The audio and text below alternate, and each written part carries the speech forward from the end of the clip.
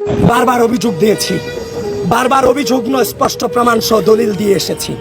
আপনারা কোনো ব্যবস্থা এখনো পর্যন্ত নেননি। আপনারা আর কত রক্ত চান, আর কত ফাসাদ চান? আপনাদেরকে থামতে হবে। থেমে যান। ঢাকা বিশ্ববিদ্যালয়ের শিক্ষার্থীরা, গোটা বাংলাদেশের শিক্ষার্থীরা তাদের রক্তের উপর দাঁড়িয়ে আপনাদেরকে ভিসি বানিয়েছে, আপনাদেরকে প্রক্টর বানিয়েছে, আপনাদেরকে বিভিন্ন হলের প্রভুত্ব বানিয়েছে।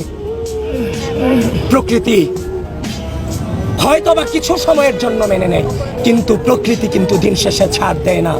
সকলে সাবধান হয়ে যান, সকলে নিরপেক্ষতা বজায় রাখেন। আমি উপস্থিত যারা আছেন সকলকে ধন্যবাদ জানিয়ে আমি এখানে বাংলাদেশ ইসলামী ছাত্র শিবির সমর্থিত সমন্বিত শিক্ষার্থী জোট প্যানেল থেকে আমি বিপি পদে প্রতিদ্বন্দ্বিতা করেছিলাম। আল্লাহ তাআলা চাননি যে আমি নির্বাচিত হই, তিনি হয়তো আমার জন্য এর চেয়ে ভালো কোনো কিছু আমার কপালে রেখেছেন। সেজন্য আল্লাহ তাআলা আমাকে হয়তো এখান থেকে দায়িত্ব থেকে বিরত রেখে আমাদের আরেকজন ভাই আব্দুর রশিদ জিদু ভাইকে সেই দায়িত্বটা দিয়েছেন।